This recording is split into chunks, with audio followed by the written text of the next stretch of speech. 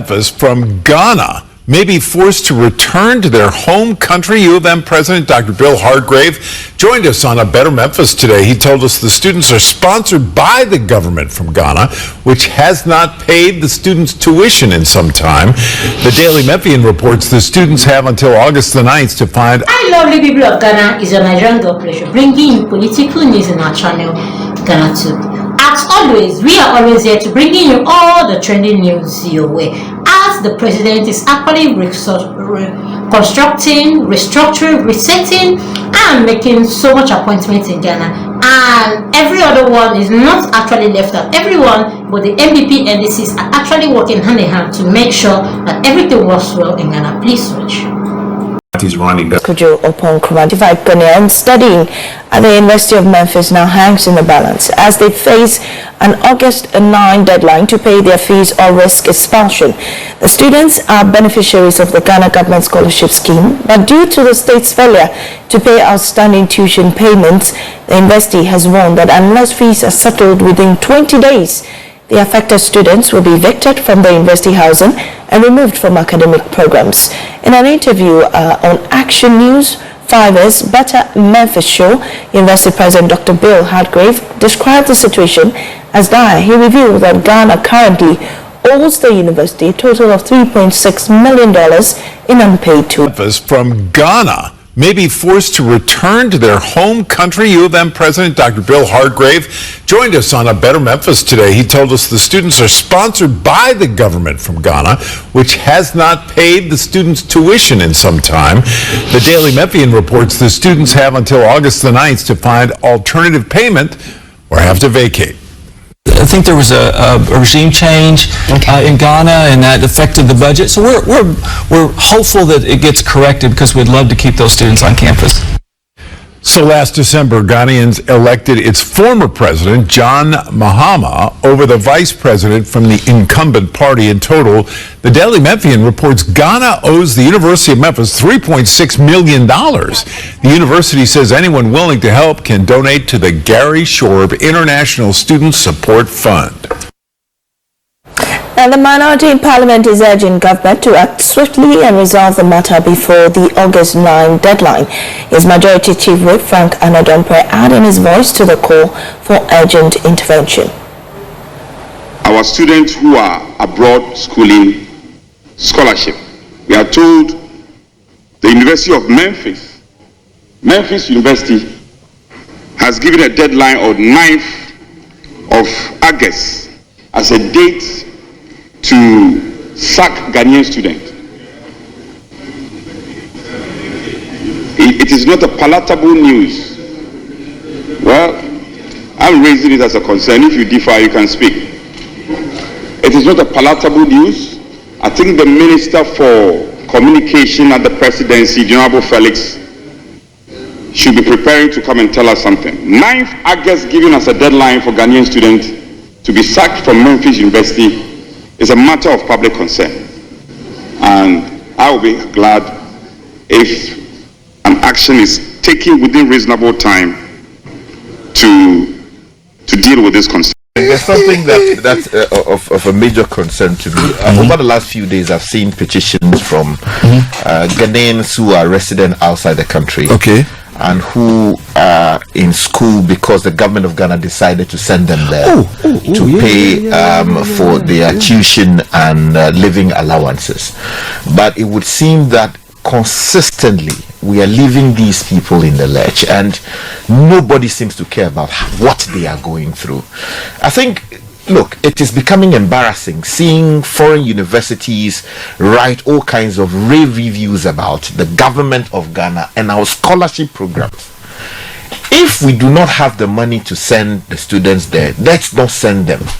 If we send them there, this is a republic. We generate money from this country every single day. There are things that we are doing that are, if you compare the two, are completely unnecessary. Yes, there's a case to be made for whether some of the things that people go to study outside are truly relevant for our purpose, or we should read those things locally. I mean, I will not go into those spaces. That's not why I'm raising the matter today. What I'm raising is that we cannot send people's kids out there to a strange land, to a foreign land, where they have no mother, no father, in some cases, uncles and family members who can easily support them. In fact, even where they can support them, it's difficult because the people they are going to see, they themselves are having difficulty. You evacuate these, countrymen and women from this country to another place, hoping to educate them, only for them to be going through hardship. There's a story here that actually corroborates what you said. Let me just bring it to you quickly, and thank you for raising this. The minority in Parliament is calling on the government to take immediate action to resolving a worsening financial crisis affecting Ghanaian scholarship beneficiaries, students studying overseas. Now, this is poignant for myself and Sky because we've studied abroad. And trust me, if you're studying abroad and money doesn't come, it's very bad. The caucus has expressed deep concern over distressing reports that government-sponsored students in countries such as US, the UK, and parts of Eastern Europe are facing threats of eviction, deregistration, and even deportation due to unpaid tuition and living expenses. Led by the MP for Finsu North and member for Education Committee, Dr. Fred Chea Samoa, the minority is urging swift government intervention to avert further hardship. Dr. Samoa appealed directly to the President, the Scholarship Secretariat, and the Education Ministry to act immediately to prevent further deterioration of the situation. The calls follow growing public pressure for government accountability regarding the welfare of students sponsored under the Ghana Scholarship Secretariat programs. Now, this is not the first time this has popped up in the news. This story is July 12. Prior to this, Ghanaian students abroad to picket at embassies over unpaid stipends. Fafakpotufe reports May 19 that Coalition of Ghanaian Students Abroad, beneficiaries of Ghana scholarships studying in various countries, have announced a planned demo on June 4 to protest the government's failure to pay long overdue stipends and allowances.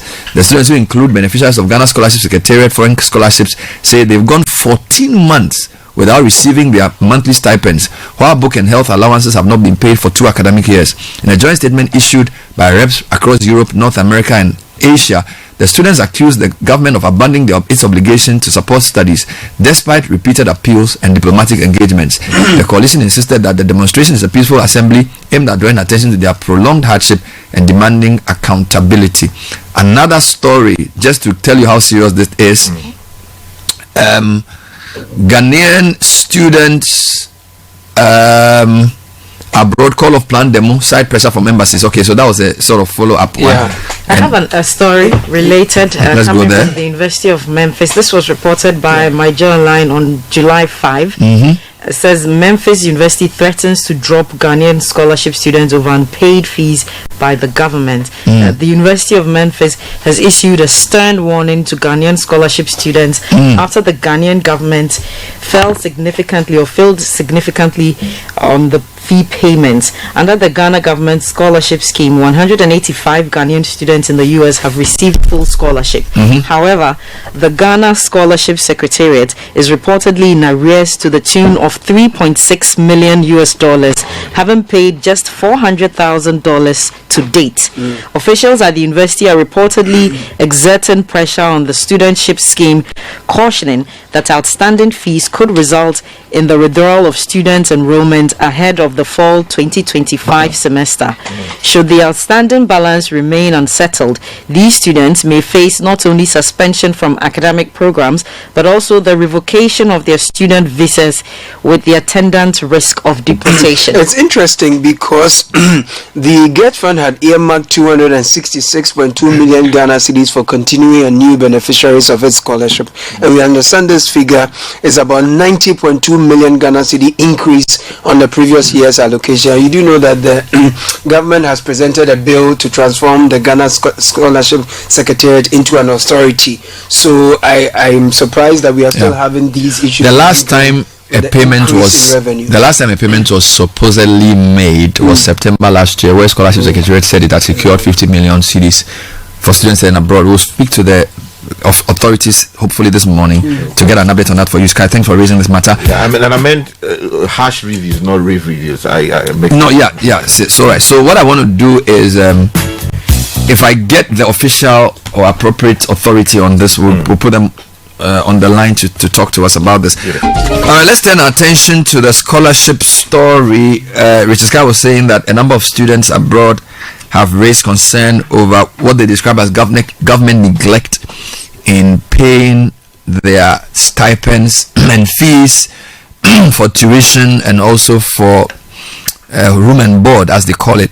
Peter Notukoto is MP for Akachi North. He's also the chair of the Committee on Education. Good morning, Mr. Notukoto. Thanks for joining us. Good morning, and how are you doing? I'm very well, thank you. So, I'm sure this has come to your attention, the plight of Ghanaian scholarship students abroad. What do you know of this, and can the Committee of Education in Parliament help? Yeah, thank you very much, and good morning to your listeners and viewers. It is true that government owes students stipends and fees. But this matter started last year, especially around June, July, when reports reaching the Committee on Education then last Parliament that some students were being sent away from lectures. They were being asked to return to the country. And we had to invite the registrar of the scholarship secretariat. Initially, he did not want to cooperate with us because he felt that the scholarship secretariat was not under the Ministry of Education. It was directly under the office of the President. So it had nothing to do with Parliament. So upon another request, he appeared before the committee and painted a very gloomy picture of what was happening at the scholarship secretariat. All had to do with a release of funds to enable the secretariat to pay the allowances and fees of the students. But our investigation as a committee revealed that the number of students on scholarship abroad, as well as the amount involved and the courses they were going to read, and the nature of the program created the problem. For instance, there were so many of them on short courses to UK, US, 3 months, 6 months, ranging from £15,000 to £25,000, $18,000, $25,000, short courses. And putting all that money together was so huge. So we spoke with the Minister of Finance then, and they promised to release some money to School Secretariat to enable them pay. We knew very well that they would not be able to pay all, and that has continued up to today. As I'm speaking with you, the School Secretariat owes about £40 million or dollars to various universities in the UK and US. And the universities are beginning to blacklist Ghanaians from the universities in the UK and the US because of the sums of money owed. Some students have been asked to return to Ghana. Some are they have been ejected from their hostels and places of abode. So what is worrying now is we need to investigate very well how they got the scholarship, because we discovered that it was bedeviled with corruption and nepotism and cronyism. That is why His Excellency John Dramani Mahama has directed that the School Secretariat should now go under the Ministry of Education for effective and efficient supervision. So the Minister for Education laid a bill on the Scholarship Authority, which was referred to the Committee on Education and then Public Administration and Special Interest. Yesterday we sat on the bill and we have made recommendations for amendments to the bill, and we hope that by the end of the week we should be able to pass the National Scholarship Authority bill to make room for a board to be responsible for the award of scholarships and streamlining. So while you're doing that structural, please do well to like, comment, and follow. Put on notification bell so you get all our news one by one. Thanks, my people.